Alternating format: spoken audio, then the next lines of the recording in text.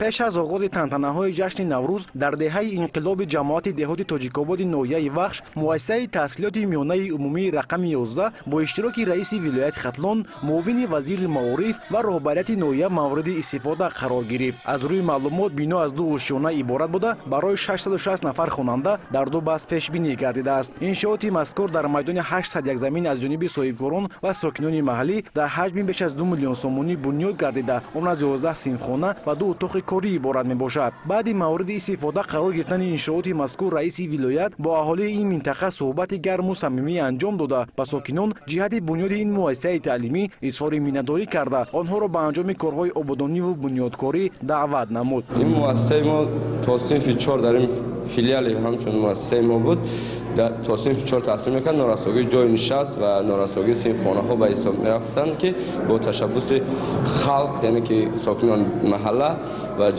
бо ҷамоатчигӣ мактабро сохтем. дар ин рӯз ба истиқболи наврӯзи хуҷастапай майдони наврӯзгоҳи ноҳияи Вахш ба худ зебогию таровати дигареро касб намуда аз субҳи барвақт хурду бузурги ноҳия озими ҷашнгоҳ гардидаву фарорасии баҳору наврӯзро ки баробаршавии шабу рӯз ва айёми гулпӯшии табиату оғози кишту кори баҳорӣ мебошад ба ҳамдигар шодбош мегуфтанд. қадами тозаи наврӯз муборак бошад. чахчаҳи булбули дилсӯз муборак бошад.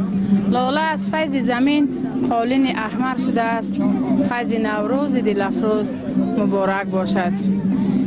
чӣ хеле ки ҳамаи мо шумо шоҳиди он ҳастем ки имрӯз дар ноҳияи Вахш ҷашни наврӯзи байналмилалиро ҷашн гирифта истодаанд ва дар қатори тамоми мардуми ҷумҳурии Тоҷикистон, дар қатори тамоми мардуме ки дар дунё наврӯзро ҷашн мекунанд, мо низ ҷашн гирифта истодаем.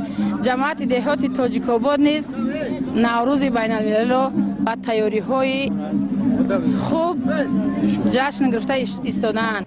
дар гӯшаи дигари наврӯзгоҳ маҳсули dastoни занону бонувони ҷамоатҳои шаҳраку деҳот, ҳунарҳои дузандагию бофандагӣ, кандакорию наққошӣ, таомҳои миллӣ, дастархони наврӯзӣ иборат аз 7 чин ба маърази тамошо гузошта шуда буд. меҳмонон аз намоиши дастранҷи сокинон дида намуда ба онҳо аҳсану офарин хонданд. баъд аз тамошои ин гӯшаҳо намояндаи ҳукумати ҷумҳурии Тоҷикистон, мақомоти иҷроияи ҳукумати давлатии вилояти Хатлон ва раиси ноҳияи Вахш сокинони ноҳияро ба фарорасии иди баҳору наврӯз табрику таҳният намуданд. сипас чун рамзи қадршиносӣ ба якчанд нафар собиқадорони ҷангу меҳнат ва як қатор фаъолони ноҳия тӯҳфаҳои идона тақдим карда шуд. дар баробари ворид гардидани баҳор, яъне арӯси сол ба ҷашнгоҳ, садои суруду мусиқӣ, шеърхонӣ ва базму тараб боз ҳам рангинтар гардид. барномаи идонаи аҳли фарҳанги ноҳия ки тараннумгари зебоиҳои табиату анъанаҳои миллӣ буд, дар сатҳи баланд омода шуда пешкаши сокинони ноҳия гардид.